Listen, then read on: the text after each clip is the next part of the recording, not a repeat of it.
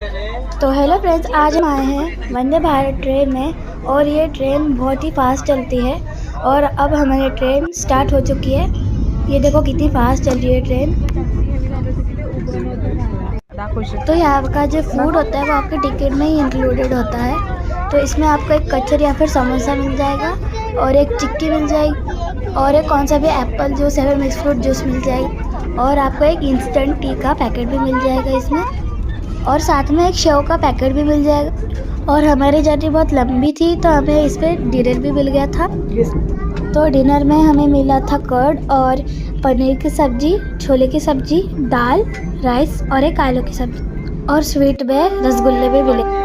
तो ट्रेन अंदर से कुछ इस तरीके से दिखती है। और आपको कुछ मंगवाना हो तो आप एक्स्ट्रा पे करके भी मंगवा सकते हैं। और यहाँ पे मेरी बहन ऑर्डर करते हुए प्लीज कुरकुरे।